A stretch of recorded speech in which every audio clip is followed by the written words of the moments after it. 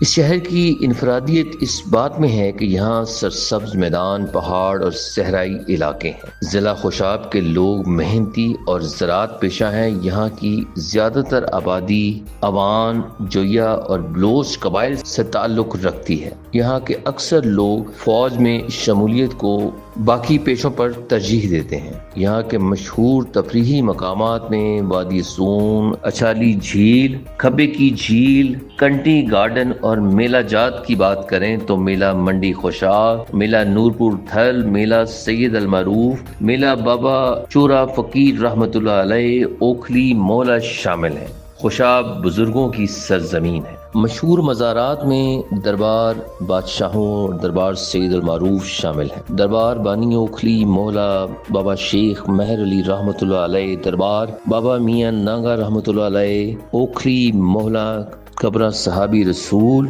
اور اوکھلی مولا کا تاریخی قبرستان، عرس بابا فقیر صاحب، اوکھلی مولا جامع مسجد گلزار مدینہ، ککڑا والی اوکھلی مولا، مرکزی جامع مسجد بلال اوکھلی مولا شامل ہے۔ یہاں کچھ اہم دفاعی تنصیبات بھی ہیں جس میں سکیسر بیس اور Pakistan atomic energy commission plant خاص طور پہ قابل ذکر ہے۔ اور ہاں، اگر بات طبعی خدوخال کی کریں تو تحصیل خوشاب اور قائد آباد میدانی، تحصیل نوشہرہ پہاڑی اور تحصیل نورپور تھل صحرائی علاقہ ہے۔ تحصیل قائد آباد کا واحد گاؤں اوکھلی مولا ہے جو کوہ کے علاوہ تمام تر زمینوں سے گھرا ہوا ہے۔ اس میں ریتلی، میدانی، چکنی، پتھریلی اور رتی وغیرہ شامل ہیں۔ سرزمین خوشاب کی اہم سوغات ڈوڈا، یہ ایک خاص قسم کی مٹھائی ہے جو یہاں نسل در نسل تیار کی جاتی ہے اور اپنے ذائقہ میں بے مثال ہے۔ اس کے علاوہ خوشاب کے مشہور فوڈ پوائنٹس میں مشہور کڑاہی اور باربیکیو کے لیے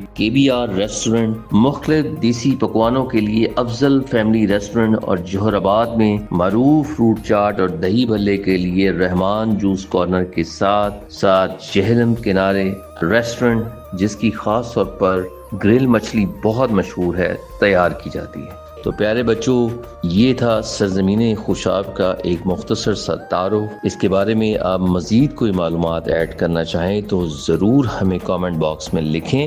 ہم اور آپ مل جل کر آہستہ آہستہ اپنے پیارے وطن کے صوبہ پنجاب کے مختلف ضلعوں اور شہروں کے بارے میں آئندہ بھی جانتے رہیں گے۔ اپنا اور اپنے آس پاس کے لوگوں کا بہت خیال رکھیں۔